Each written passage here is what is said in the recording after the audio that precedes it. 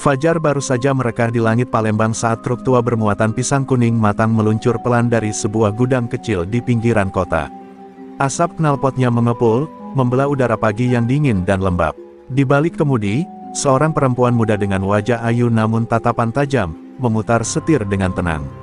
Namanya Naila, rambutnya dikepang rapi dan disembunyikan di balik topi truk, dan tangan mungilnya mencengkeram setir dengan percaya diri. Di dashboard, tergeletak foto lelaki tua berjubah putih, kakek yang dulu mengajarkannya hidup, mengajarkannya bertarung, dan mewariskan satu hal yang tidak dimiliki siapapun di Jalan Lintas Timur, Ajian Dasawisa. Jalanan Lintas Timur Sumatera bukan tempat bagi mereka yang lemah, apalagi bagi seorang perempuan muda yang menyetir truk sendirian.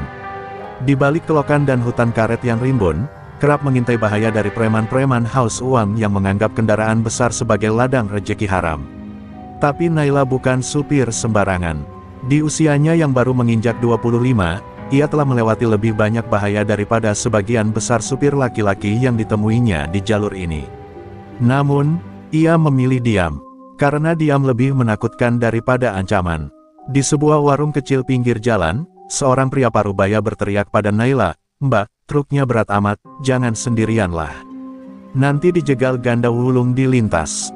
Naila hanya menoleh sejenak, tersenyum dingin, lalu kembali menatap jalan. Nama itu, Ganda Wulung, memang bukan sekadar ancaman. Ia adalah legenda buruk yang dikenal setiap sopir dari Aceh sampai Lampung. Penguasa Jalan Lintas Timur, pemalak berdarah dingin yang tak segan membakar truk atau membantai pengemudinya jika tak membayar uang lewat. Tapi Naila tak pernah takut. Dalam dirinya, mengalir darah pejuang. Kakeknya, Raden Darsa, adalah mantan jawara silat dari Bukit Siguntang yang konon mengalahkan 7 pendekar hanya dengan 1 jurus dasawisa. Saat Naila masih belia, ia digembleng secara rahasia, karena sang kakek tahu, akan datang masa ketika ilmu itu dibutuhkan oleh cucunya untuk menghadapi kejahatan yang tak mengenal belas kasih. Hari itu, masa itu, kini perlahan datang menyapanya. Langit mulai mendung ketika truk memasuki kawasan Musirawas. Daerah ini terkenal angker, bukan karena hantu, tapi karena manusia-manusia yang lebih kejam dari setan. Naila melihat dari kejauhan, sebuah motor trail dengan 3 pria bertato mulai menguntit dari belakang. Ia menarik napas, mengendurkan gas sedikit, dan membiarkan mereka mendekat. Di kaca spion, salah satu dari mereka mengacungkan pisau kecil. Ancaman yang biasa, tapi bagi Naila, itu seperti nyamuk yang menggigit kulit harimau. Setelah belokan panjang, truknya dipaksa berhenti oleh tumpukan ban yang sengaja ditaruh di tengah jalan. Dari balik semak, muncul 5 pria dengan pakaian loreng-loreng tak resmi. Salah satu dari mereka bertubuh tinggi besar, mengenakan jaket kulit dengan emblem tengkorak bertuliskan, Wulung Brotherhood. Matanya liar menatap Naila, lalu tertawa mengejek, "Gak salah ini supir truk. Cantik amat buat dimintain pajak jalan." Yang lain tertawa mengiringi, tapi Naila tetap tenang. Ia membuka pintu perlahan, turun dengan elegan, lalu menatap mereka satu persatu. Dingin, tanpa rasa takut, salah satu preman maju dan hendak meraih dagunya. "Kita temani ke Jakarta, ya, Mbak." Tapi belum sempat menyentuh wajah Naila, tangan itu dipelintir dengan gerakan cepat, disusul dengan tendangan ringan yang membuat pria itu terjatuh mencium tanah. Suasana langsung senyap. 3 dari mereka langsung mencabut golok dari balik pinggang, sementara yang lain menyuruh Naila menyerah. "Sialan, cewek ini kurang ajar," teriak salah satu. Namun, dalam sorotan mata Naila, tidak ada gentar. Yang ada, hanyalah pertanda, bahwa ia siap. Siap membuktikan bahwa ajian warisan leluhur bukan sekadar dongeng. Dan bahwa Jalan Lintas Timur tidak selamanya milik para preman. Di tengah hutan karet yang sunyi, di sebuah bangunan tua bekas gudang penyimpanan karet, suara tawa menggelegar terdengar membelah pagi. Pria bertubuh besar dengan kepala pelontos dan tatapan tajam sedang duduk di kursi rotan yang usang, dikelilingi oleh puluhan anak buahnya. Dialah Ganda Wulung, preman penguasa Jalan Lintas Timur, sosok yang namanya lebih ditakuti daripada polisi di kawasan dari Batu Raja sampai Bakauheni. Dengan dada bidang penuh tato dan mata seperti binatang buas, Ganda Wulung dikenal tak pernah memberi ampun. Siapapun yang menantang kekuasaannya, akan dicincang hidup-hidup, atau dibuang ke rawa-rawa sebagai bangkai tak dikenal. Anak buahnya masuk tergesa-gesa, napas mos-mosan, wajahnya pucat seperti baru melihat siluman. "Bos, ada cewek, supir truk," dari Palembang, dia ngelumpuhin 5 orang kita sendirian. Ganda Wulung menghentikan tawanya, matanya menyipit, lalu bangkit dari kursinya dengan gerakan lambat namun menggetarkan. Cewek, supir truk, dan dia bikin anak-anak kita nyungsep. Ia mendekati anak buahnya, mencengkeram kerah bajunya. Jangan main-main, Bejo. Kalau lu bohong, kepala lu gue rendam di solar. Ampun, bos, demi Tuhan, cewek itu beneran kuat. Kayak, bukan manusia. Dia tahu silat, dan matanya kayak pembunuh, bos. Bejo gemetar. Ganda melepaskan kerah bajunya, lalu tertawa kecil, namun tawa itu lebih menyeramkan dari pekikan burung hantu di tengah malam. Kalau benar begitu, kita dapat mainan baru. Wajahnya berubah serius. Ia melirik asistennya, seorang pria kurus yang selalu mencatat semua truk yang dipalak. Cari tahu siapa dia, dari perusahaan mana, supir cewek bawa pisang. Gue curiga dia bukan orang biasa. Ganda berjalan ke pojok gudang, tempat sebuah lemari besi berdiri. Ia membuka laci rahasia dan mengeluarkan sebilah keris berwarna hitam kehijauan. Sudah lama gue gak pakai ini, gumamnya. Itu adalah keris sengkalat, senjata pusaka yang ia dapat dari pertapa hitam di kaki Gunung Dempo. Keris itu hanya keluar dari sarungnya ketika Ganda berniat membunuh seseorang yang dianggap mengancam tahtanya. Hari ini, keris itu mulai terasa panas, seakan paham bahwa darah akan ditumpahkan kembali. Sambil menyalakan rokok kretek, Ganda melangkah keluar, memandangi jalan tanah merah yang mengarah ke lintas timur. Cewek itu harus diseret ke hadapan gue. Hidup-hidup, gue pengen lihat sendiri, siapa perempuan yang berani menginjak harga diri Ganda Wulung. Ia tak tahu, bahwa perempuan itu bukan hanya seorang supir. Naila adalah pewaris ajian Dasawisa, ilmu 10 jurus mematikan yang pernah menundukkan penjajah dan pembunuh sakti sekaligus. Sementara itu, kabar tentang supir truk wanita yang melumpuhkan preman menyebar cepat di kalangan dunia hitam. Para pemalak, copet terminal, tukang rampas muatan, hingga preman pelabuhan mulai membicarakan nama Naila, meski belum tahu siapa sebenarnya dia. Ada yang menyebutnya, mawar berdarah dari Palembang, ada pula yang menjulukinya, si cantik lintas maut. Tapi satu hal yang pasti, kehadirannya mulai mengguncang struktur kekuasaan Ganda Wulung. Di salah satu warung di pinggir jalan, seorang supir truk tua berkata lirih kepada temannya, kayaknya, orang itu anaknya Pak Darsa, pendekar lama yang hilang sejak zaman reformasi. Tapi temannya hanya tertawa sinis. Mana mungkin, perempuan bisa ngalahin Ganda Wulung. Jangan mimpi. Namun, jauh di lubuk hati, banyak orang mulai berharap, bahwa mungkin, jalan lintas timur sebentar lagi akan berubah. Dan di antara semua yang membicarakan Naila, hanya Ganda Wulung yang merasa marah bercampur penasaran. Ia tak rela, kekuasaannya diganggu. Baginya, tidak ada yang lebih menjijikkan daripada seorang wanita yang membuatnya terlihat lemah di mata anak buah. Dan satu hal yang mulai tumbuh dalam dirinya, bukan hanya keinginan membunuh, tapi juga hasrat gelap untuk menaklukkan wanita itu, entah dengan darah, atau dengan cara lain yang lebih keji. Langit di atas jalan lintas timur perlahan berubah muram, awan hitam menggantung seolah ikut menyimpan firasat buruk. Truk Naila melaju pelan menembus jalanan lengang, melintasi hutan sawit dan perkampungan sunyi. Di balik kaca depannya, mata Naila waspada, sesekali melirik spion. Ia tahu, aksi tadi pagi bukan hal kecil. Dalam dunia preman, menamparkan satu orang artinya menamparkan gengnya, dan ia baru saja mempermalukan Ganda Wulung di hadapan kaki tangannya. Dan di dunia lintas timur, dosa seperti itu hanya ditebus dengan darah. Sebuah Avanza hitam dengan kaca gelap tiba-tiba muncul dari tikungan dan mempercepat laju, memotong jalur truk Naila. Seketika, Naila injak rem, ban berdecit dan truk nyaris oleng. Dari sisi kanan dan kiri jalan, muncul 4 motor bebek yang langsung mengepung. Naila memicingkan mata, turun tangan kirinya perlahan menyentuh dashboard, tepat di balik panel, tersembunyi sebilah pisau pendek warisan kakeknya, bukan pisau biasa, tapi pisau pembuka mantra, salah satu sarana ajian Dasawisa. Dari dalam Avanza, keluarlah seorang pria dengan tubuh berisi dan jaket jeans sobek. Diikuti 5 anak buah bertato penuh dari ujung leher hingga pergelangan tangan. Turun, cantik. Ganda Wulung ingin bicara baik-baik, ucap pria itu sambil menyeringai. Nadanya lembut, tapi semua orang tahu, di balik senyum itu tersembunyi kekejaman.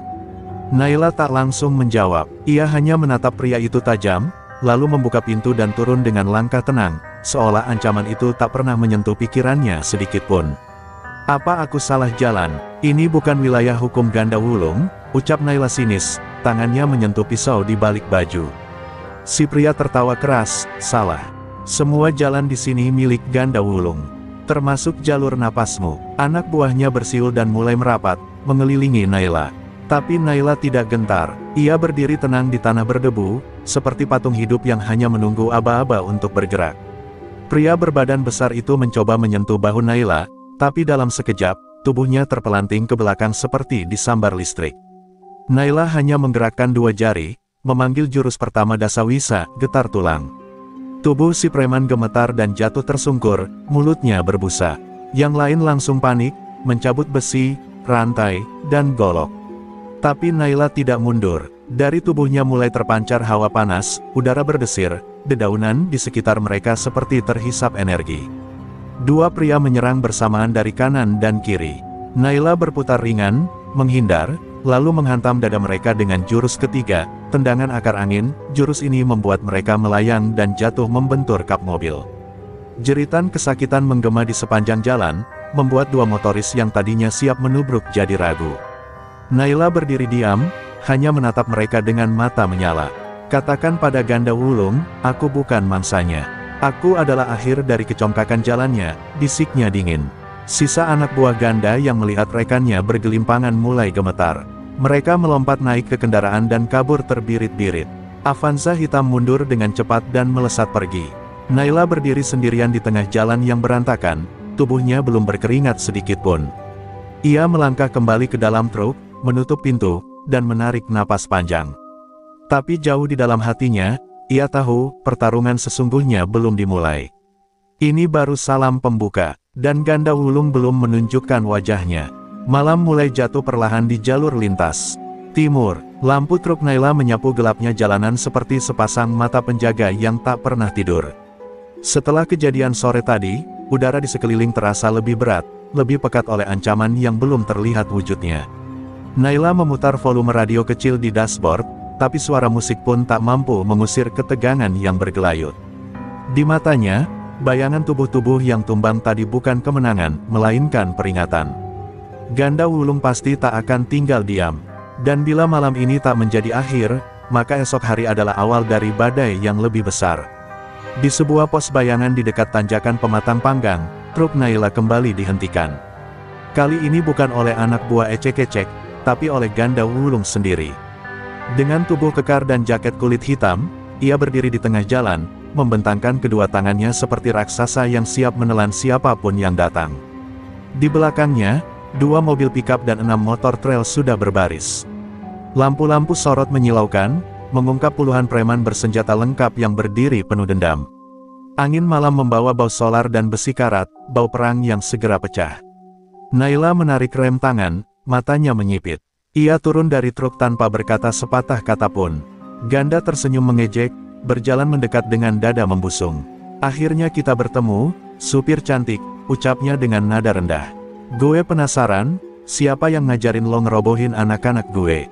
Jurus lo itu, bukan dari jalanan. Bukan dari dunia kami." Naila hanya diam, matanya menatap tajam, tak bergeming. Dan di balik ketenangan itu, menyala bara api yang siap meledak kapan saja. "Lo tahu kan, siapa gue? Di sini, gue Tuhan. Gue hukum. Gue takdir buat semua orang yang lewat jalan ini," teriak Ganda, suaranya bergemuruh. Ia mendekat hingga jarak wajah mereka hanya sejengkal. "Gue bisa ambil apapun dari lo, termasuk hidup lo." Tiba-tiba, tangannya terangkat hendak menyentuh dagu Naila, gestur kekuasaan yang biasa ia gunakan untuk menginjak harga diri korbannya. Tapi sebelum jarinya menyentuh kulit Naila, plak, sebuah tamparan keras mendarat di pipinya. Tamparan itu bukan tamparan biasa. Ada tenaga ajian di baliknya. Tubuh Ganda oleng, 2 langkah mundur, matanya melotot. Semua preman di belakangnya tercekat. Tak pernah ada yang menyentuh wajah Ganda Wulung tanpa konsekuensi. Tapi perempuan itu, Naila, baru saja menamparnya di hadapan puluhan anak buahnya. Dan yang lebih menyakitkan bukan luka di pipi, tapi kenyataan bahwa semua saksi melihat Ganda Wulung dijatuhkan oleh seorang wanita. "Lo bukan Tuhan," kata Naila dingin, lo cuma benalu jalanan. Dan gue bukan mangsa lo. Udara seketika membeku. Para preman menunggu perintah dari Ganda, tapi pria itu hanya berdiri terpaku. Wajahnya merah, bukan karena malu semata, tapi karena amarah yang sudah melebihi batas manusia. Tangannya mulai meraih pinggangnya, mencabut keris sengkalat yang terselip. Gue bakal cabik lo, pelacur berilmu, teriaknya. Tapi sebelum ia sempat bergerak, Naila sudah mundur beberapa langkah, berdiri tegak dengan kedua tangan membentuk kuda-kuda. Kalau kau ingin perang, bisiknya, Ajian Dasawisa siap menerima tantangan. Dari tubuhnya, angin kecil berdesir, dedaunan berguguran, dan sebagian lampu sorot di belakang mulai berkedip. Udara di sekitar Naila berubah panas, seolah bumi sedang menahan napas. Dan untuk pertama kalinya, Ganda Wulung, Raja Jalan Lintas Timur, merasakan sesuatu yang belum pernah ia rasakan seumur hidupnya, takut. Ganda Wulung berdiri terpaku di tengah jalan, tubuhnya menegang, tangan menggenggam keris sengkalat yang bergetar di balik genggaman. Belum pernah dalam hidupnya ia merasakan getaran seperti ini, bukan dari rasa takut akan kematian, tapi dari ancaman yang tak bisa ia kendalikan. Sorot mata Naila di depannya, bukan milik seorang supir biasa. Itu tatapan milik pendekar tua, milik seseorang yang telah berdamai dengan maut dan menguasai kekuatan di luar batas manusia biasa. Bahkan udara di sekeliling terasa seperti dicekam oleh tangan tak kasat mata.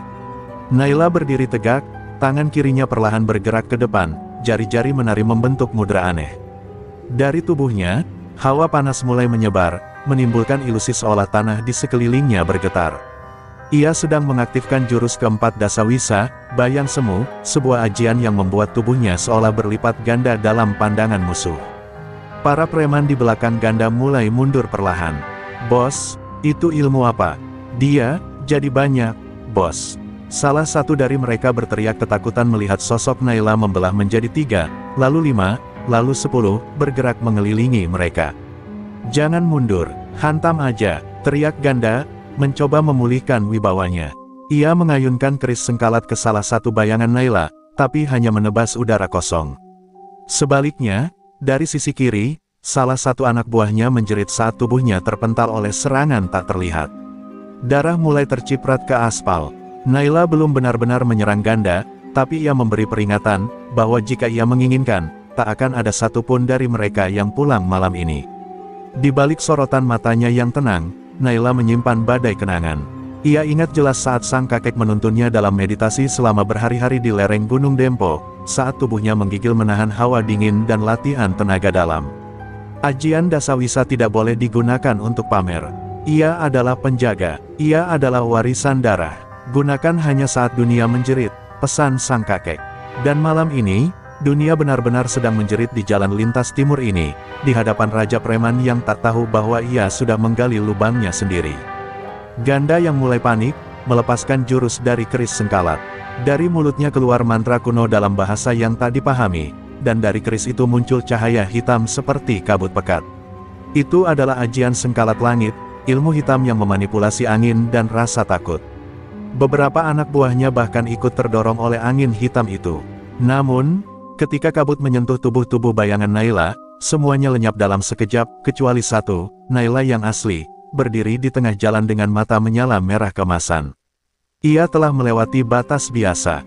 Dengan tenang, Naila mengangkat kedua tangannya ke depan, lalu mengepalkannya sekuat tenaga. Sebuah gelombang energi meledak dari tubuhnya, menghantam Ganda dan pasukannya seperti gelombang kejut. Truk di belakang Naila bergoyang, tanah mereka kecil, dan pohon-pohon sawit di pinggir jalan bergetar hebat. Ganda terdorong hingga menubruk kap mobilnya sendiri, wajahnya penuh luka goresan. Ia tak menyangka ilmu hitamnya justru terpental oleh energi putih yang mengelilingi perempuan itu. Namun Naila tidak melanjutkan serangannya. Ia tahu, Dasawisa bukan ilmu pembunuh. Ia hanya ingin memberi peringatan. Kembali ke sarangmu, Ganda. Sebelum semua yang kau bangun dengan darah itu hancur jadi abu, ucap Naila lirih, tapi terdengar seperti petir bagi telinga lawannya.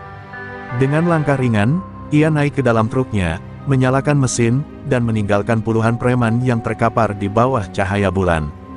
Jalan lintas timur belum pernah sepi seperti malam itu, karena malam ini, rasa takut tak berasal dari kekuasaan Ganda Wulung, tetapi dari seorang supir truk perempuan dengan ajian Dasawisa.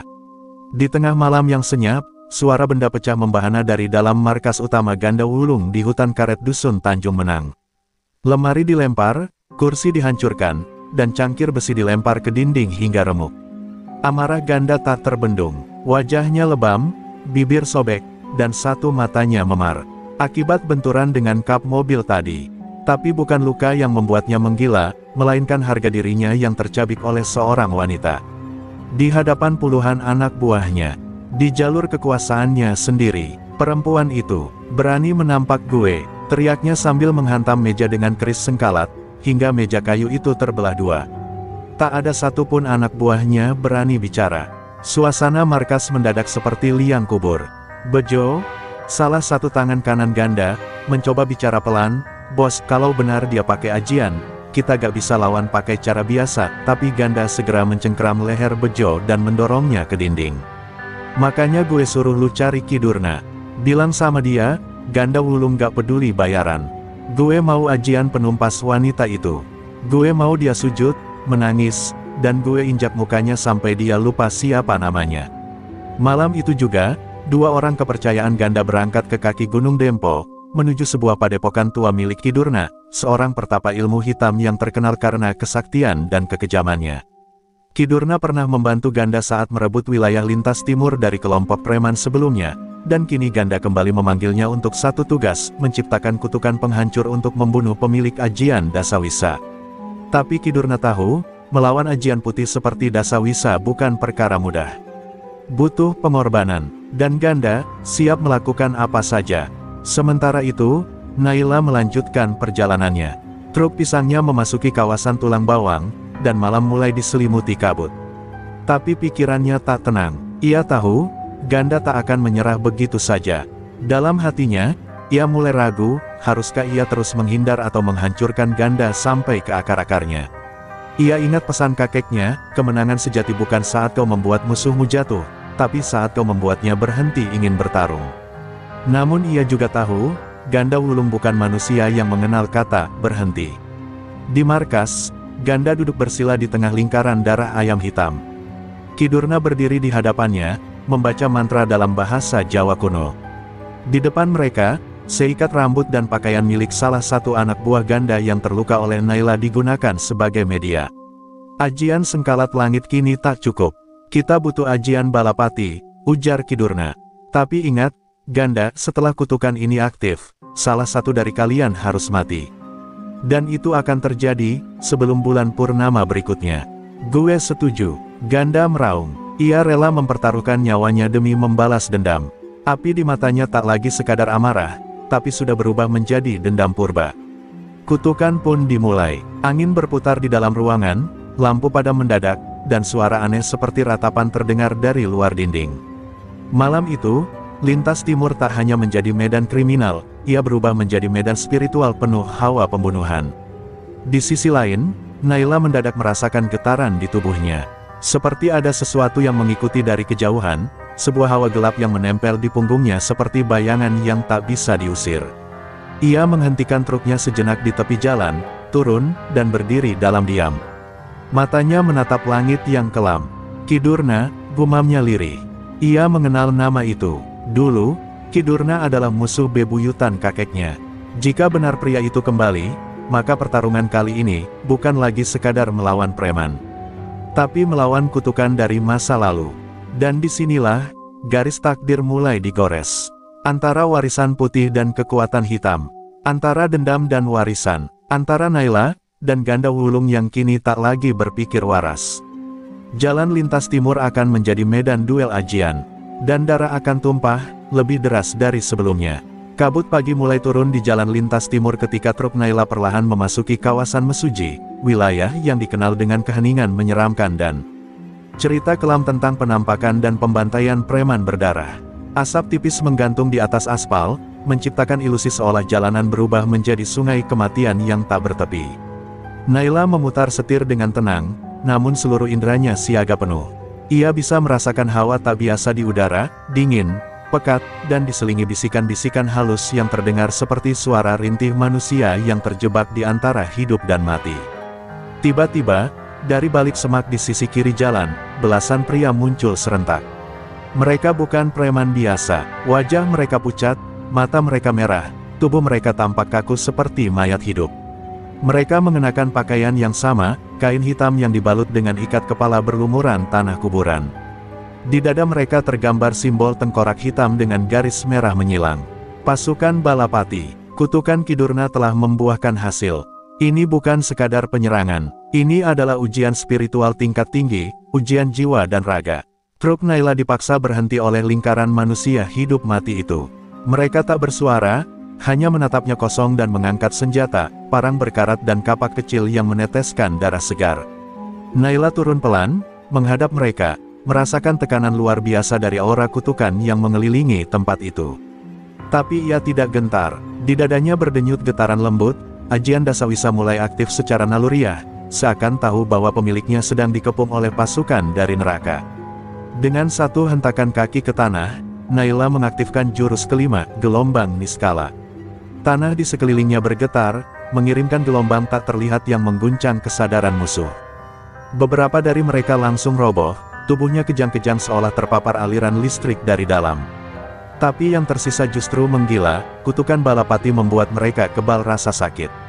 Satu orang menyerbu Naila dari kanan, senjata terangkat, tapi hanya dalam sekejap, tubuhnya terpental dan menghantam pohon karet hingga remuk, setelah terkena tamparan berisi tenaga dalam murni. Pertarungan berlangsung brutal. Naila menghindari setiap tebasan dan serangan dengan gerakan lincah, seperti bayangan yang menari di antara peluru waktu. Ia menyerang titik-titik vital dengan akurasi sempurna, namun para makhluk kutukan itu terus bangkit. Sampai akhirnya, Naila menggigit bibirnya, dan memutuskan untuk membuka jurus ketujuh, Taring Roh Sukma, jurus terlarang dalam Dasawisa yang hanya digunakan untuk menumpas musuh-musuh gaib. Dari tubuhnya keluar cahaya biru yang berputar seperti pusaran angin, lalu meledak menjadi teriakan 1000 arwah. Cahaya itu menghantam para penghadang satu persatu. Tubuh-tubuh mereka terbakar dari dalam, bukan oleh api, tapi oleh cahaya ajian yang memurnikan kutukan. Jeritan mereka bukan jeritan manusia biasa, itu suara roh-roh terperangkap yang akhirnya dibebaskan. Hingga akhirnya, hanya satu yang tersisa, seorang lelaki berambut gimbal dengan sorot mata tajam berdiri diam mematung di tengah jalan. Ia tak bergerak, tak menyerang. Tapi dari tubuhnya terpancar aura kegelapan jauh lebih tebal. "Aku, utusan Ki Durna," katanya pelan. Dan ini baru pembuka. Seketika tubuh pria itu hancur menjadi abu ditiup angin, meninggalkan simbol tengkorak terbakar di aspal. Naila berdiri sendirian, tubuhnya sedikit gemetar, bukan karena lelah, tapi karena ia sadar, kutukan ini tak hanya ingin membunuh tubuhnya, tapi juga ingin mengoyak jiwanya. Dan mesuji, baru gerbang neraka pertama. Di kejauhan, burung-burung gagak beterbangan, menandakan bahwa malam berikutnya, akan lebih kelam dari yang pernah dibayangkan. Usai pertempuran di Mesuji, Naila menepi di sebuah musala tua di pinggir hutan. Keringat dingin mengalir di pelipisnya, bukan karena lelah bertarung, tapi karena batinnya mulai goyah. Serangan barusan bukan dari manusia biasa, tapi dari pasukan kutukan. Dan pria berambut gimbal yang mengaku utusan Ki Durna, itu pertanda bahwa masa lalunya perlahan mulai bangkit, menyusul langkahnya. Dengan tubuh masih bergetar, ia duduk bersila, menutup mata, dan menarik napas dalam. Ia tahu, hanya satu cara untuk memperkuat batin, menyelami kembali jejak yang telah lama dikubur. Dalam keheningan, ia masuk ke dalam alam semadinya. Di sana, samar-samar terlihat wajah sang kakek, Raden Darsa, yang menatapnya dengan penuh wibawa. "Cucuku," suara itu terdengar berat dan dalam, "kutukan yang kau hadapi adalah warisan dari musuh lama. Ki Durna bukan sekadar pertapa sesat, dia adalah pengkhianat perguruan tua, dan pemilik ajian hitam Sengkolo Jagat yang dulu pernah memusnahkan banyak pendekar." Naila mengangguk pelan, air matanya menetes. Ia ingat cerita itu, tentang Ki Durna yang mencuri kitab ajian dari perguruan Ranggadipa, tempat sang kakek dulu mengabdi, dan membantai murid-muridnya sendiri. "Kenapa dia mengincar aku, Kek?" bisik Naila lirih. "Karena kau pewaris Dasawisa yang terakhir," jawab sang kakek. "Dan karena ayahmu, pernah melukainya dengan ajian itu, membuat tubuhnya cacat dan jiwanya terpecah dua." Napas Naila tercekat, ia hampir lupa, ayahnya, Raka Darsa, adalah murid utama kakek yang hilang saat Naila masih berumur 5 tahun. Konon, ayahnya tewas dalam duel dengan Ki Durna. Tapi kini semuanya menjadi terang. Perburuan ini bukan sekadar dendam ganda wulung, ini perang lama yang diwariskan ke pundaknya. Naila membuka mata perlahan, matanya kini lebih tajam dari sebelumnya. Ia sadar, perjalanan ke Jakarta bukan lagi soal mengantar pisang. Ini tentang garis darah, tentang kehormatan keluarga yang diinjak, dan tentang warisan kebenaran yang harus dijaga dari kehancuran oleh ajian hitam. Ia menyalakan truknya kembali, lalu menatap kaca spion sejenak. Ayah, kalau kau masih hidup, atau jiwamu masih mengawasi dari alam lain, aku akan selesaikan ini, gumamnya lirih. Tak lama setelah itu, ia mampir ke sebuah warung tua di daerah Labuhan Dalam, tempat biasa supir truk beristirahat. Di sana, seorang lelaki tua dengan jenggot putih memanggilnya pelan. Naila, gadis itu kaget. Lelaki itu memperkenalkan dirinya sebagai Pak Arifin, sahabat lama sang kakek, juga mantan pendekar Ranggadipa yang kini hidup menyamar. Ia sudah mendengar kabar tentang serangan di Mesuji, dan tahu Naila adalah target utama.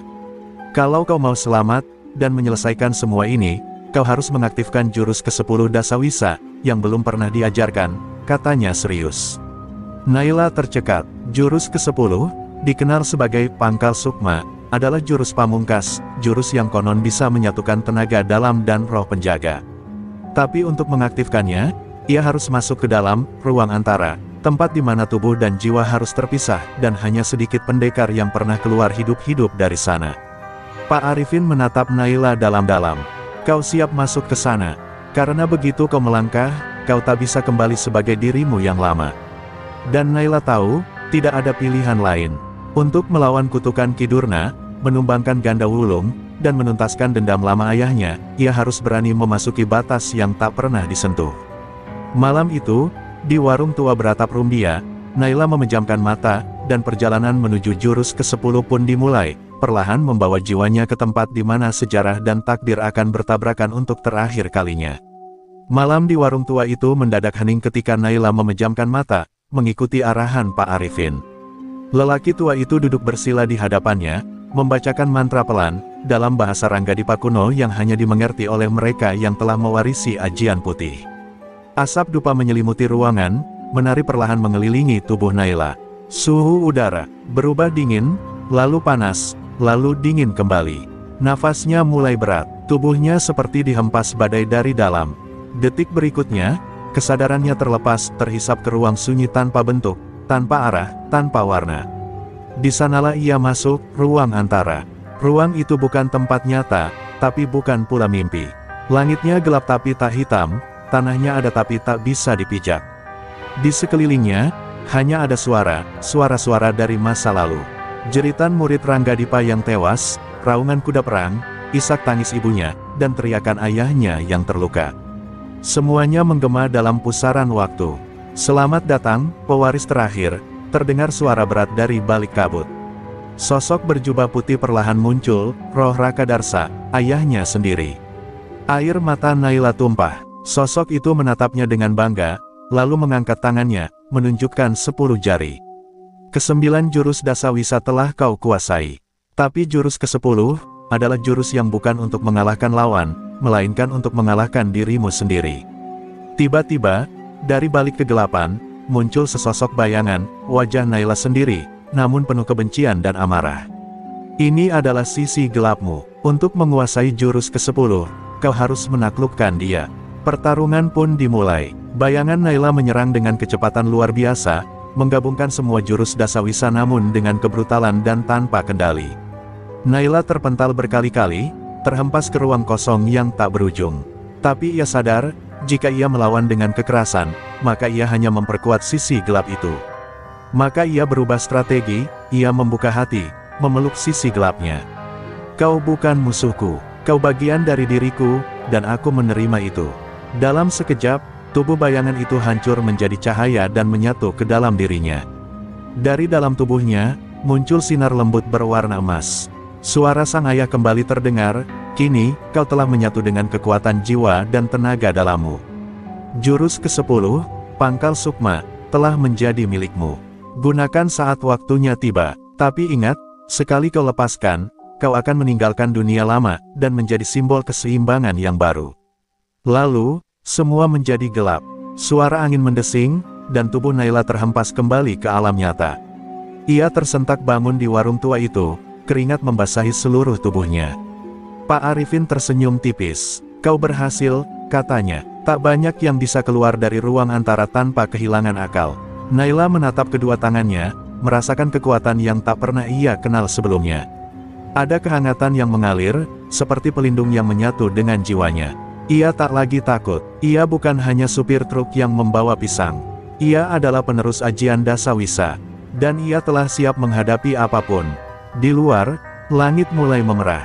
Matahari fajar menyingsing di balik hutan mesuji. Tapi fajar itu membawa pertanda, bahwa waktu Naila untuk diam telah habis. Perjalanan menuju Jakarta kini menjadi perjalanan ke medan pertempuran terakhir. Ganda Wulung dan Ki Durna tengah menyiapkan kekuatan pamungkas. Tapi Naila telah kembali dari ruang antara, dan membawa kekuatan yang tak bisa lagi ditaklukkan oleh manusia atau iblis sekalipun. Langit mendung menggantung saat truk Naila mulai memasuki kawasan Bakauheni.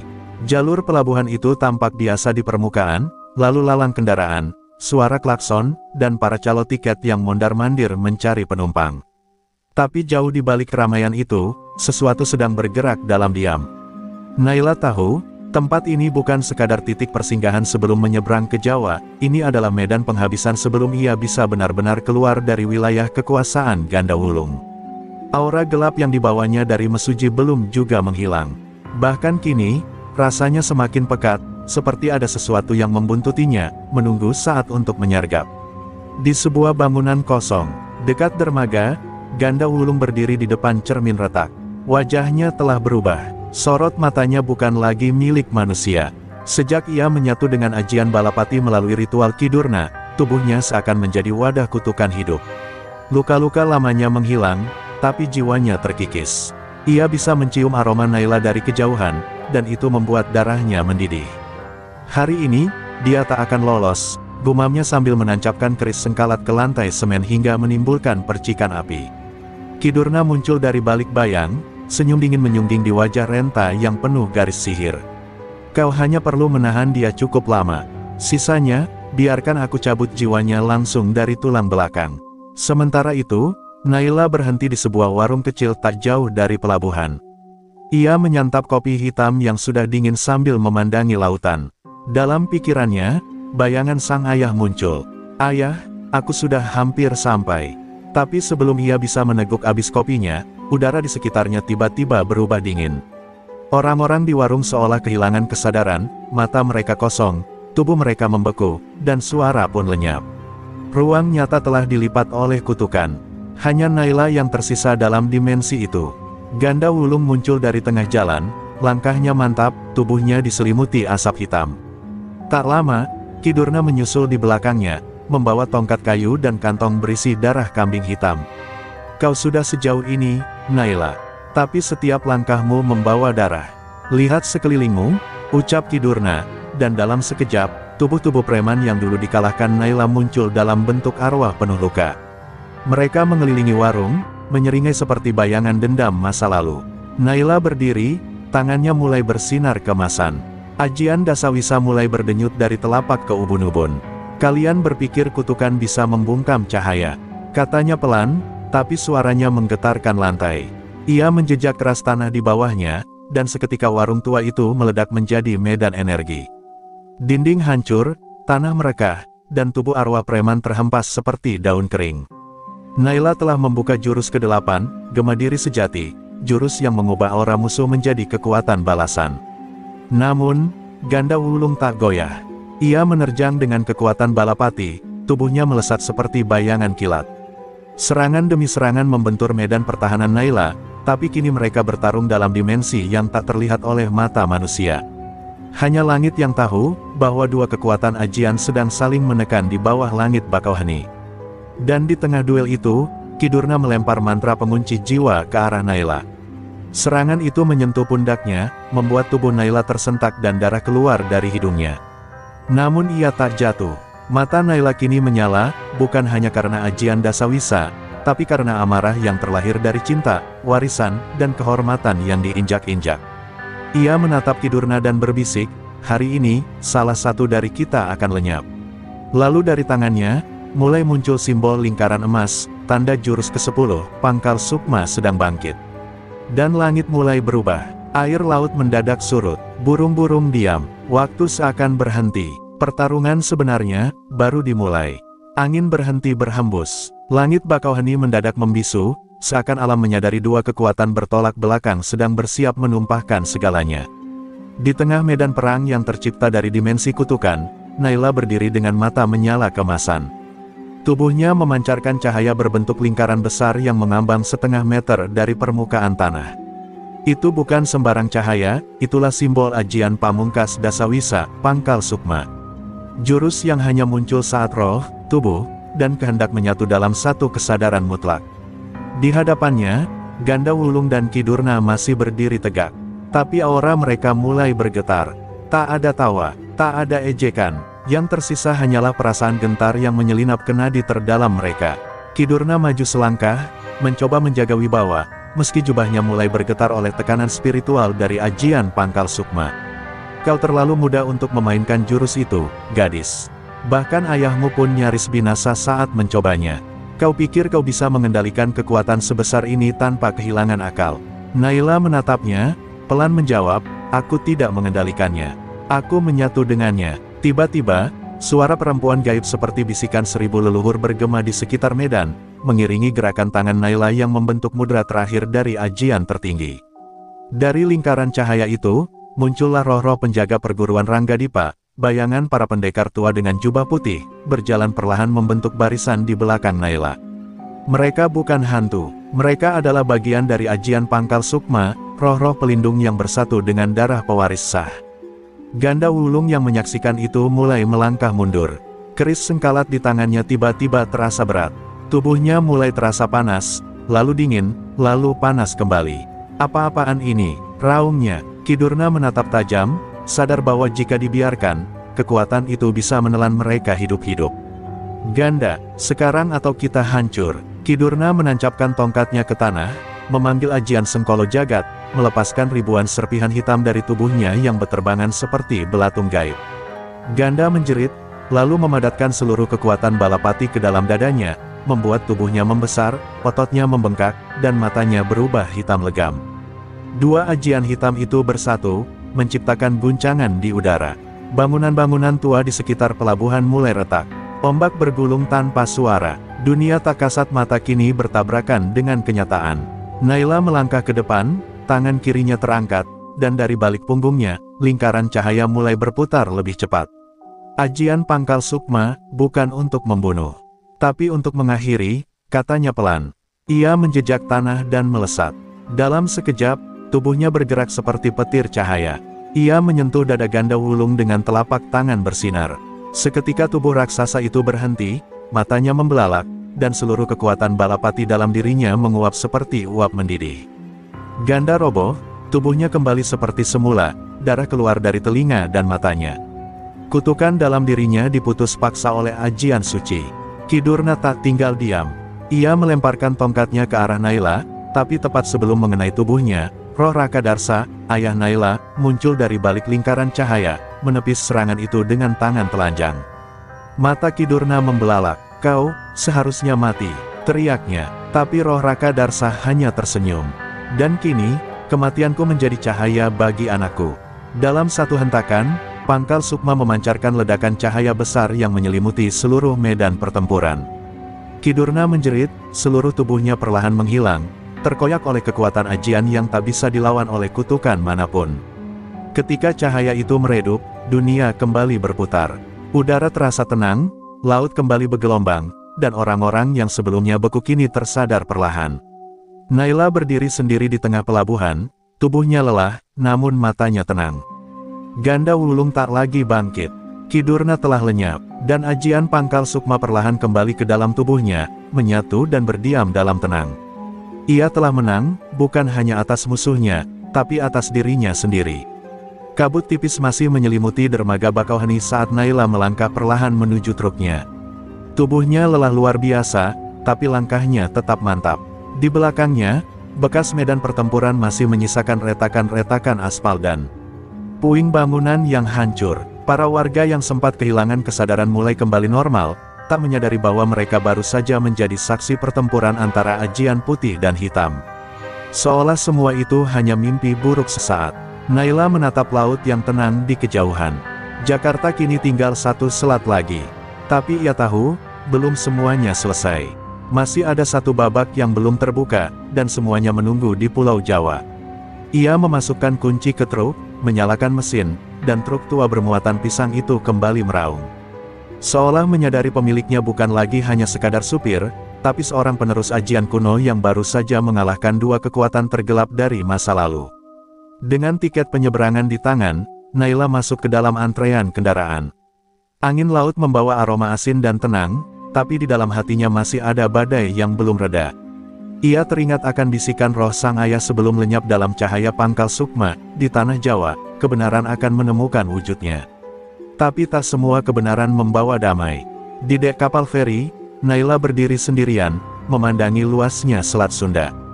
Di balik garis cakrawala, lampu-lampu merak mulai tampak seperti bintang-bintang jatuh. Ia memejamkan mata sejenak, mencoba meresapi keheningan setelah sekian lama hanya dikejar pertempuran dan kutukan. Tapi ketenangan itu tak bertahan lama. Seorang petugas kapal datang menghampiri, membawa sebuah surat. Ini tadi dititipkan untuk Mbak Naila, oleh seorang pria tua di dermaga, ucapnya pelan. Hati Naila mencelos. Ia membuka lipatan surat itu, dan di dalamnya tertulis hanya satu kalimat dengan tinta merah darah. Kebenaran sejati ada di Jakarta, tapi bayangan lama menunggumu di sana. Wajah Naila berubah. Ia langsung tahu ini bukan sekadar ancaman. Ini adalah kode dari kelompok lama, sisa dari para pengikut Ki Durna yang mungkin masih hidup. Kebenaran yang ia cari di Pulau Jawa tampaknya menyimpan lebih banyak luka dibandingkan harapan. Dan lebih dari itu, ia belum tahu siapa yang benar-benar menginginkan kehancurannya. Ganda Wulung dan Ki Durna mungkin telah tumbang, tapi kekuasaan mereka terlalu luas untuk mati hanya dengan satu pertempuran. Naila tahu, sesampainya di Jakarta, ia harus menghadapi jejak kelam masa lalu sang ibu, seseorang yang selama ini disangka telah mati, namun rupanya menyimpan rahasia yang jauh lebih berbahaya. Langit mulai cerah saat kapal mendekati pelabuhan Merak. Di kejauhan, asap tipis mengepul dari balik bukit, tanda aktivitas manusia dan mungkin, tanda bahwa ia sedang diawasi. Naila turun dari kapal, kembali mengendarai truknya menembus jalan menurun yang licin. Jakarta masih ratusan kilometer jauhnya, tapi bayangannya sudah terasa berat di bahunya. Ia bukan hanya membawa pisang dari Palembang. Ia membawa beban sejarah, dendam keluarga, dan warisan ilmu yang tak boleh jatuh ke tangan yang salah. Saat truk melewati gerbang masuk, seekor burung gagak melintas rendah di depan kaca depan. Pertanda buruk menurut tradisi lama. Tapi Naila tak goyah. Di tangannya, cahaya pangkal sukma masih terasa hangat. Ia menatap lurus ke depan. Jakarta bukan tujuan akhir, Jakarta adalah panggung terakhir. Dan di sanalah, seluruh tabir akan terbuka. Tentang siapa musuh sebenarnya. Tentang darah yang selama ini mengalir tak terlihat. Tentang siapa Naila sebenarnya, dan kenapa ia ditakdirkan untuk perjalanan ini. Senja menutupi langit saat truk Naila memasuki pinggiran kota Serang, ibu kota Banten. Jalanan mulai padat, dan suasana kota terasa berbeda dari daerah-daerah yang ia lewati sebelumnya. Di setiap sudut, ia merasa diawasi. Bukan oleh manusia biasa, tapi oleh mata-mata spiritual yang hanya bisa dirasakan oleh pewaris ajian tinggi seperti dirinya. Sekali lagi, ia teringat isi surat misterius dari pria tua di dermaga Bakauheni. Bayangan lama menunggumu. Ia tahu itu bukan sekadar peringatan. Itu adalah panggilan dari masa lalu yang mencoba menyeretnya kembali ke akar yang selama ini ia pikir telah tercabut. Di sebuah penginapan tua dekat Pasar Lama, Naila berhenti untuk beristirahat sejenak. Ia menurunkan pisangnya ke gudang milik kenalan ayahnya, lalu menuju kamar kecil yang suram. Namun, saat ia membuka jendela kamar, ia melihat sosok perempuan tua berjubah putih berdiri di seberang jalan, menatapnya. Wajahnya tertutup selendang, tapi aura perempuan itu menggetarkan dada Naila. Bukan karena takut, tapi karena terasa akrab. Saat ia hendak berteriak memanggil, perempuan itu berbalik dan berjalan perlahan ke lorong pasar. Naila langsung mengejarnya. Lorong pasar itu sempit, remang, dan sepi. Suara langkah kaki perempuan tua itu seperti gema di dalam pikirannya. Dan saat Naila akhirnya berhasil mendekat, sosok itu berhenti di depan sebuah pintu besi berkarat. Dengan suara lirih, ia berkata, "Kau sudah besar, Naila," dan membuka tutup wajahnya. Jantung Naila nyaris berhenti. Di hadapannya berdiri seorang wanita parubaya dengan mata sendu, wajah penuh luka lama, dan rambut yang dulu sering ia lihat di mimpi-mimpinya. "Ibu," suara Naila tercekat. Perempuan itu mengangguk perlahan. "Namaku Saraswati, dulu dikenal sebagai pewaris ajian tapak geni, dan ibumu." Naila mundur selangkah. Selama ini, ia percaya ibunya telah meninggal saat ia masih balita. Tapi kini, ibunya berdiri di hadapannya sebagai seorang pemilik ajian tinggi, dan mungkin bagian dari konflik besar yang selama ini ia hadapi. "Kenapa, ibu pergi?" Naila bertanya dengan suara gemetar. Saraswati menunduk, lalu menjawab, "Karena aku membawa rahasia yang bisa menghancurkanmu, dan seluruh perguruan kita." Saraswati menjelaskan bahwa ia bukan sekadar pendekar. Ia dulu adalah pasangan dari Raka Darsa dalam menyatukan dua ajian besar, Dasawisa dan Tapak Geni. Namun persatuan itu ternyata memicu kemarahan banyak perguruan gelap, termasuk kelompok Waringin Hitam, sekte gaib yang lebih tua dari Ki Durna sendiri. Mereka mengincar darah keturunan Saraswati dan Raka karena darah itulah yang diyakini bisa membuka gerbang sukma, portal gaib menuju dunia ajian kuno yang telah dikunci selama ratusan tahun. Naila adalah kunci itu, dan semua yang terjadi selama ini, hanya langkah-langkah awal untuk membawanya ke gerbang tersebut. Naila terdiam, kepalanya berdenyut, hatinya berkecamuk. "Lalu kenapa ibu muncul sekarang?" Setelah semua ini terjadi, Saraswati menatapnya dalam-dalam. "Karena saat kau membangkitkan pangkal sukma, gerbang itu mulai terbuka. Dan musuh lama kita, belum mati. Waringin Hitam sedang bersiap. Jakarta bukan hanya tujuan logistikmu, nak. Itu adalah titik pecahnya dunia lama dan dunia baru. Dan hanya kau yang bisa mencegah kehancuran itu." Tiba-tiba, terdengar ledakan kecil dari kejauhan. Langit di atas kota Serang mulai memerah. Saraswati langsung menggenggam tangan Naila. "Kau harus ke Jakarta malam ini. Tapi tidak lewat jalan biasa. Kau harus melewati jalur bayangan di Pegunungan Halimun, jalur para pewaris ajian yang hanya terbuka saat darah sejati dipanggil." Naila menatap ibunya, penuh gejolak, namun matanya mantap. "Kalau itu jalan yang harus kutempuh, aku akan hadapi. Tapi kali ini, ibu ikut denganku." Saraswati tersenyum, dan mengangguk. Untuk pertama kalinya dalam hidupnya, Naila tidak lagi berjalan sendiri. Ia bersama ibunya, menuju Jakarta, menuju panggung akhir dari takdir yang diwariskan sejak ia dilahirkan.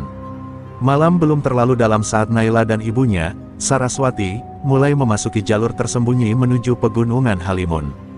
Kabut tebal menggantung di sepanjang jalan setapak, seolah menggiring mereka ke tempat di mana batas antara dunia nyata dan dunia gaib menjadi kabur. Tak ada cahaya selain dari rembulan yang nyaris tenggelam di balik awan. Saraswati berjalan di depan, membawa tongkat kayu kecil yang ujungnya menyala merah, tanda bahwa mereka tengah melintasi wilayah jalur bayangan, jalan spiritual yang hanya bisa dibuka oleh darah keturunan ajian tingkat tinggi. Angin di sini tak berhembus, dan waktu terasa berhenti berdetak. Naila bisa merasakan tanah di bawahnya seolah hidup, berdenyut seperti jantung yang menunggu ledakan. Setiap langkah menimbulkan gema aneh, seolah banyak makhluk tak kasat mata sedang mengawasi dari balik pepohonan tua.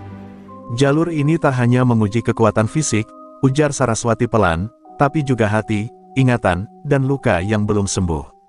Baru saja kata-kata itu diucapkan, kabut di depan mereka menggulung cepat membentuk pusaran, lalu berubah menjadi sebuah gerbang batu dengan ukiran wajah-wajah manusia menangis, gerbang Candra Laras, tempat ujian pertama. Saat melangkah masuk, dunia seakan berubah. Naila tiba-tiba terlempar ke masa kecilnya, di sebuah rumah tua yang terbakar. Ia melihat dirinya kecil, menangis, bersembunyi di bawah ranjang, sementara suara teriakan dan derap langkah kaki terdengar dari luar. Lalu, ia melihat sosok ayahnya, Raka Darsa, terluka parah, melindunginya dari serangan kelompok bersenjata yang ternyata adalah utusan perguruan gelap. "Maafkan aku," suara kecil itu bergema. Naila sadar, ini bukan ilusi. Ini luka batin yang selama ini ia kubur dalam. Tapi ia tak membiarkan dirinya terjebak. Ia mendekati sosok kecil itu, memeluknya, dan berkata, "Kau bukan salah. Kau bertahan. Dan sekarang, kita bangkit." Seketika, ilusi itu hancur seperti kaca pecah. Cahaya menyilaukan muncul dan membuka jalan baru di dalam jalur bayangan. Saraswati, yang sejak tadi menunggu, tersenyum haru. "Kau melewati ujian hati. Tapi masih ada 2 ujian lagi, ujian pikiran, dan ujian darah.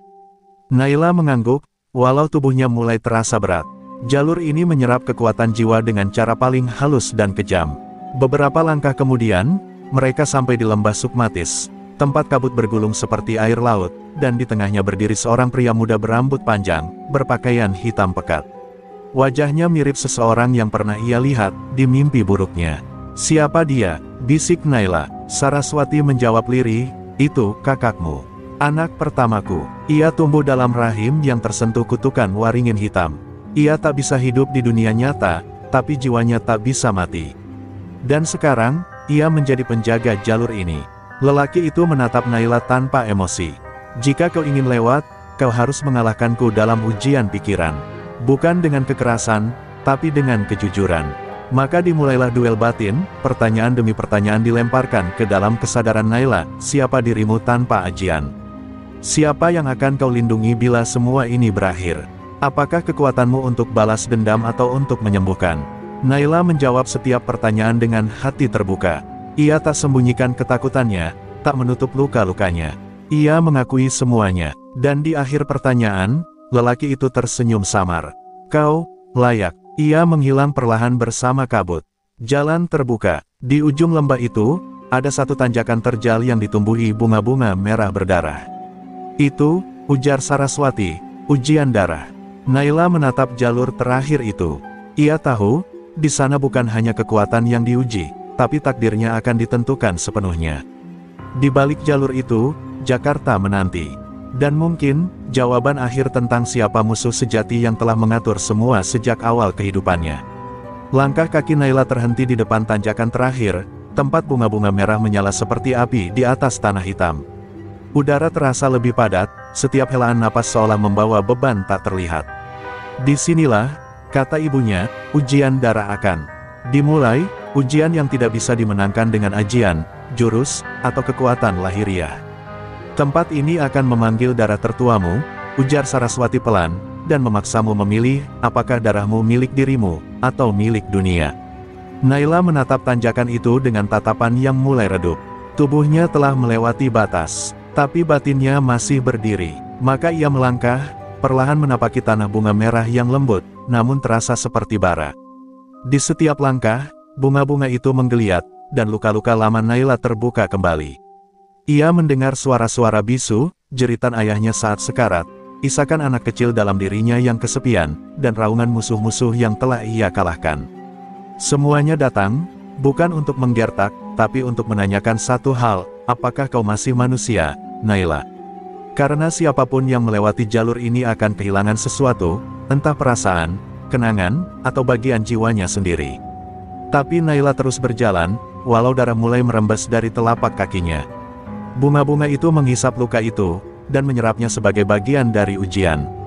Tiba di puncak tanjakan, ia menemukan sebuah batu hitam besar, tempat di mana leluhur ajian biasa meletakkan tangan untuk menumpahkan darah terakhir. "Letakkan tanganmu, dan biarkan darahmu memilih." Suara Saraswati datang dari kejauhan, lirih namun bergema. Dengan gemetar, Naila meletakkan tangan kanan di batu itu. Seketika, batu itu menyala merah. Darah mengalir dari telapak tangannya, bukan luka fisik, melainkan darah spiritual yang membawa ingatan, kekuatan, dan nasab sejatinya. Batu itu menelan darah itu, lalu bergetar hebat. Langit di atas Halimun berubah menjadi kelabu kehitaman. Petir menyambar tanpa suara, dan dari batu itu muncul cahaya merah membentuk siluet, seorang wanita bermahkota api, berselendang hitam, bermata perak. Wajahnya mirip Naila, namun jauh lebih tua dan dingin. "Siapa kau?" tanya Naila perlahan. Sosok itu menjawab, "Aku adalah bagian darimu yang tak pernah diajarkan. Aku adalah Sridira, nenek buyutmu, pendiri garis darah ajian tapak geni. Dulu aku diburu, dicap sebagai penyihir. Kini, darahku mengalir dalammu, lengkap bersama dendam dan warisan takdir yang belum selesai." Naila bergetar. Sosok Sridira bukan hanya roh, tapi simbol kutukan sekaligus kekuatan. "Apa maksud dari semua ini?" tanya Naila. "Kau adalah silang darah suci dan darah terkutuk. Karena itu, dunia ajian lama ingin menghancurkanmu, dan dunia gaib ingin menjadikanmu jembatan menuju kebangkitan." Lalu Sridira mendekat dan menyentuh dada Naila. Tapi sekarang, kau berhak memilih, menjadi cahaya terakhir, atau api pemusnah terakhir. Saat itu, Naila melihat dua jalur terbuka dalam pikirannya. Satu terang menyilaukan, satu gelap namun menggoda kekuatan luar biasa. Saraswati naik ke puncak dan berteriak, "Naila, ingat siapa kau sebenarnya?" Air mata mengalir di pipi Naila. Ia melihat tangan ibunya yang dulu menggendongnya, suara ayahnya yang mengajarinya tertawa. Ia melihat semua yang ia lindungi selama perjalanan ini, dan semua yang ia korbankan. Maka, ia menatap Sri Dirah dan berkata, "Aku bukan kalian. Aku bukan warisan kalian. Aku adalah aku, dan aku memilih untuk menjadi cahaya, meski harus melewati api." Sri Dirah tersenyum samar, lalu menghilang dalam kilatan merah, bersamaan dengan hilangnya seluruh bunga merah di sekitar mereka. Jalur bayangan pun terbuka sepenuhnya. Naila berlutut, darah di telapak tangannya telah berhenti mengalir. Tapi di dadanya, kekuatan baru tumbuh perlahan, kekuatan yang lahir bukan dari dendam, tapi dari kesadaran. Ia kini bukan hanya pewaris ajian, ia adalah penentu garis akhir antara terang dan gelap. Saraswati memeluk putrinya. Mereka berdua menatap ke arah timur, tempat lampu-lampu Jakarta mulai menyala di balik cakrawala. Dan mereka tahu, babak terakhir telah menunggu. Malam itu, langit Jakarta tampak seperti lautan bara yang membara perlahan. Di kejauhan, lampu kota berkelip seperti bintang, tapi bagi Naila, semua tampak seperti tanda peringatan, tanda bahwa ibu kota bukan lagi sekadar tujuan akhir, melainkan medan perang takdir. Truk tua bermuatan pisang itu memasuki gerbang selatan kota, diiringi angin panas dan suara sirene samar dari kejauhan. Di sampingnya duduk Saraswati, menatap jalanan dengan tatapan kosong namun waspada. Mereka berdua tahu, setelah melewati jalur bayangan, kekuatan mereka kini menjadi magnet bagi semua mata, manusia maupun makhluk tak kasat mata. Belum sampai ke pusat kota, truk mereka dihadang. 5 mobil hitam berhenti melintang di tengah jalan dekat sebuah jembatan layang sepi. Dari dalamnya keluar para lelaki bersurban gelap, tubuh mereka dililit tato ajian kuno yang menyala merah dalam gelap. Pemimpinnya, seorang pria berwajah dingin dengan tongkat besi bersimbah darah, melangkah maju. "Selamat datang di Jakarta, pewaris Dasawisa," ucapnya. "Kami dari Lingkar Waringin Baru. Dan kami datang bukan untuk membunuhmu, tapi untuk menyambutmu sebagai ratu kami." Naila menatap mereka tanpa gentar. "Ratu dari kegelapan bukan takdirku," jawabnya pelan. Namun pemimpin itu tersenyum dingin. "Kau belum tahu, bukan? Selama ini, perang ini bukan soal ajian putih melawan hitam. Ini soal kebangkitan zaman baru, dan kau adalah porosnya." Dengan isyarat tangan, ia mengungkap fakta yang mengguncang Naila hingga ke dalam tulang. Salah satu guru besar Dasawisa di Jakarta telah berkhianat dan memfasilitasi penggabungan dua ajian, Tapak Geni dan Dasawisa, ke dalam tubuh Naila, demi menciptakan senjata spiritual pamungkas. Semua ini adalah rekayasa. "Siapa guru besar itu?" tanya Naila dengan suara bergetar. Pemimpin itu tertawa pendek, lalu menunjuk ke balik jembatan. Dari sana muncullah sosok berjubah putih, berwajah teduh, dengan tongkat gading dan sorot mata yang dulu pernah mengajari Naila dasar-dasar ajian, Ki Mahesa, orang yang dulu dikira sebagai pelindung ayahnya. "Maafkan aku, Naila," ucap Ki Mahesa. "Aku tak ingin dunia ajian punah. Dunia ini butuh keseimbangan baru. Dan itu hanya bisa terjadi, jika kau menjadi pusat kekuasaan semua ajian." Dunia seakan berhenti berputar. Pengkhianatan itu menamparkan batin Naila lebih keras dari pertempuran manapun. Tapi Saraswati berdiri di sampingnya, menggenggam tangannya kuat. "Kau tak harus ikut kehendak siapapun, nak," bisiknya. Dengan gemetar, Naila mengangkat tangan, dan dari telapaknya, muncul cahaya keemasan bercampur semburat merah, hasil gabungan ajian Tapak Geni dan Dasawisa yang kini menyatu sempurna. "Kalau kalian ingin dunia baru, kalian harus melewati aku. Tapi dunia itu, bukan milik kalian." Seketika langit Jakarta berubah. Kilat menyambar tanpa suara, dan sebuah lingkaran cahaya raksasa muncul di atas langit ibu kota, menandakan ajian Pangkal Sukma telah memasuki fase puncak. Lingkaran itu menyedot energi dari segala arah, dari ajian, dari manusia, dari roh. Jalanan bergetar, kaca-kaca gedung retak, dan semua pengguna ajian hitam langsung tersungkur oleh tekanan kekuatan spiritual murni. Ki Mahesa memekik marah, mencoba mengaktifkan ajian pelindungnya, tapi semua runtuh oleh satu kenyataan, kekuatan yang ia rancang, kini telah memilih jalannya sendiri. Di tengah medan itu, Naila berdiri di atas truknya yang kini mengambang beberapa inci di udara, dikelilingi oleh aura cahaya membara. Jakarta bukan tempat lahirnya kehancuran, tapi tempat aku memilih jadi cahaya. Suaranya menggema ke seluruh arah. Dan malam itu, langit Jakarta benar-benar terbakar, bukan oleh api, tapi oleh cahaya warisan yang telah memutus rantai takdir lama, dan membuka jalan bagi perang terakhir yang akan menentukan nasib seluruh dunia ajian. Subuh baru saja menggeliat di langit Jakarta, tapi kota itu sudah berubah menjadi medan takdir. Di jantungnya, lapangan banteng, berkumpul ratusan pendekar, dukun sakti, dan pemilik ajian dari segala penjuru Nusantara. Bendera-bendera tua dari berbagai perguruan berkibar bersama bendera hitam Waringin Baru, tanda bahwa pertempuran hari ini bukan sekadar perang antar manusia, tapi benturan dua zaman, zaman lama yang haus kendali, melawan zaman baru yang dipimpin oleh seorang gadis pengemudi truk bermuatan pisang, yang kini menjadi simbol kebangkitan kekuatan suci, ajian Dasawisa Tapak Geni. Naila berdiri di tengah lapangan, dikelilingi cahaya keemasan yang membentuk perisai besar. Di sisinya, Saraswati dan segelintir pendekar tua dari pihak ajian putih yang masih setia. Di kejauhan, Ki Mahesa berdiri di atas mimbar besi, dikelilingi para pemilik ajian hitam. Wajahnya tak lagi ramah, mata itu kini penuh ambisi dan racun. Hari ini kita akhiri warisan perguruan yang lemah. Hari ini dunia ajian tunduk di bawah satu nama, Naila. Teriaknya, suara sorak-sorai bergema, diikuti oleh lonceng perang yang dibunyikan serentak. Dan langit, sekali lagi, berubah merah darah. Gelombang pertama datang. Puluhan pendekar dari barisan Waringin Baru menyerbu dengan berbagai ajian hitam, pancasona hitam, serat telu jagat, dan racun Sukmalingga.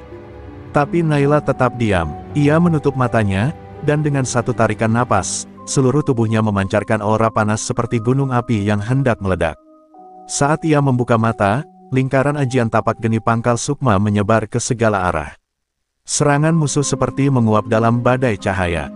Para pendekar yang menyerbu jatuh satu persatu, bukan karena dipukul, tapi karena ditolak oleh kekuatan spiritual yang telah suci. Ki Mahesa meraung, kita serang bersamaan, gunakan ajian kunci langit. 10 pendekar utama naik ke udara, membentuk formasi bintang dan memusatkan ajian besar yang dulu hanya bisa digunakan oleh gabungan 5 perguruan tertua. Langit retak, cahaya hitam menjulur ke arah Naila, seperti belenggu raksasa yang ingin merantai jiwanya. Tapi Naila menatap ke atas, dan di saat terakhir, Saraswati melompat, berdiri di depan putrinya. Aku serahkan darahku, untuk mengikat garis terangmu. Teriaknya, sebelum tubuhnya ditusuk cahaya hitam itu. Jeritan Naila mengguncang langit, darah ibunya membasahi tanah lapangan banteng, dan dari darah itu, muncul bunga merah yang dulu tumbuh di jalur bayangan. Bunga itu menyerap darah Saraswati, lalu pecah menjadi serpihan cahaya dan menyatu ke dalam tubuh Naila. Dalam hitungan detik, tubuh Naila berubah. Cahaya emas dan merah membungkusnya seperti jubah langit. Rambutnya terurai, matanya menyala 2 warna. Ia bukan lagi hanya pewaris. Ia telah menjadi titisan terakhir kekuatan terang di bumi ini. Dengan satu ayunan tangannya, Naila menghapus seluruh formasi ajian hitam yang melayang di langit. Bintang-bintang hitam meledak, 10 pendekar terhempas seperti daun gugur. Ki Mahesa tersentak, tapi belum sempat ia mundur, Naila sudah berada di depannya. Kau bukan pengkhianat, kau hanyalah lelaki yang takut kehilangan kuasa. Dan tanpa menyentuh, Naila hanya menatapnya, dan tubuh Ki Mahesa meleleh menjadi debu. Lapangan banteng pun sunyi, semua kekuatan hitam berlutut. Mereka tak sanggup berdiri di hadapan cahaya yang lahir dari darah, kesedihan, dan pengorbanan. Matahari akhirnya muncul di balik gedung tua yang retak. Naila berdiri seorang diri di tengah lapangan yang kini tenang. Ia tak tersenyum, ia juga tak menang. Ia hanya memandangi bunga merah kecil yang tumbuh dari tanah tempat ibunya gugur. Jakarta telah menyaksikan sejarah. Perang telah usai, tapi luka masih tinggal. Beberapa hari telah berlalu sejak pertempuran besar di lapangan banteng, yang mengguncang langit dan bumi. Jakarta kini perlahan pulih dari luka-luka gaib yang tak terlihat oleh manusia biasa. Gedung-gedung tua yang sempat retak akibat getaran ajian telah diperbaiki, jalanan kembali ramai oleh kendaraan, dan hidup tampak berjalan seperti biasa. Namun di dalam hati Naila, dunia tak akan pernah sama. Ia berdiri di tepi jembatan Cikini, mengenakan jaket lusuh dan celana jeans seperti supir truk biasa, menatap aliran sungai yang memantulkan cahaya senja. Di dalam benaknya, gema tawa ibunya masih membayang, bersama pengorbanan yang tak akan pernah terganti. Naila tidak kembali ke perguruan manapun. Ia menolak tawaran menjadi guru besar dasawisa atau pemimpin ajian Nusantara. Ajian bukan untuk dimuliakan, tapi untuk dijaga, katanya kepada para sesepuh yang datang memohon. Ia tahu, kekuatan sebesar itu hanya akan kembali mengundang perebutan kekuasaan jika tak dikendalikan oleh hati yang tenang. Maka, ia memilih jalan sunyi, kembali menjadi pengemudi truk, membawa pisang, sayur, bahkan kadang ternak dari satu pulau ke pulau lain. Namun di dalam dirinya, ajian dasawisa dan tapak geni tetap hidup. Bukan sebagai senjata, tapi sebagai cahaya penjaga. Sore itu, ia mengantar muatan terakhir ke pasar induk Kramat Jati. Para pedagang mengenalnya sebagai Mbak Naila si supir gagah, tanpa tahu sejarah panjang dan perang besar yang pernah ia hadapi. Seorang anak kecil memberinya bunga melati sambil tersenyum, "Buat kakak, karena kakak wangi cahaya," katanya polos. Naila tersenyum, menahan air mata. Mungkin dunia tak tahu siapa dirinya, tapi cukup bagi dirinya sendiri untuk tahu, ia sudah menuntaskan jalan yang digariskan oleh takdir dan darah leluhurnya. Di malam harinya, Naila menyepi di sebuah warung kopi di pinggiran Bekasi. Di meja tua, ia membuka buku kecil warisan ibunya, kitab ajian Pangkal Sukma yang sudah penuh coretan. Di halaman terakhir, tertulis tulisan tangan Saraswati. "Kalau kelak kau sampai di ujung jalan, dan dunia menawarkan dua pilihan, kuasa atau damai, pilihlah damai, meski harus sendirian." Naila mencium halaman itu. Tak ada kekuasaan, tak ada murid, tak ada gelar. Hanya damai, itu cukup. Namun, di kejauhan, di balik bayang-bayang malam, masih ada yang mengawasi. Seorang lelaki tua berjubah abu-abu dengan mata sebelah hitam pekat berdiri di tepi jalan, menatap truk Naila. Di tangannya, tergenggam jimat berbentuk ular kembar. Pangkal Sukma telah bangkit, tapi gerbang selatan belum tertutup, gumamnya lirih. Lalu ia menghilang dalam kabut. Sebuah tanda bahwa dunia ajian belum benar-benar damai. Tapi untuk saat ini, Naila tidak peduli. Ia ingin hidup, ingin menikmati malam, ingin menyapa orang-orang kecil, dan menertawakan hidup seperti orang biasa. Sebelum tidur, ia menatap langit dari dalam kabin truk. Bintang-bintang terlihat terang, dan ia merasa ibunya menatap dari atas sana. "Bu, aku pulang," bisiknya. Angin malam menyapu wajahnya pelan, membawa harum melati dan sepi yang hangat. Jalan panjang itu belum benar-benar usai, tapi untuk sementara, Naila sudah sampai. Di jalan, di cahaya, di dirinya sendiri. Dan begitulah akhir kisah Naila, seorang supir truk cantik dari Palembang, yang memanggul dua ajian sakti warisan leluhurnya, menyelamatkan dunia dari api dan kutukan, lalu memilih kembali menjadi manusia biasa. Karena sejatinya, kekuatan tertinggi bukanlah menguasai, tetapi mampu menolak untuk dikuasai.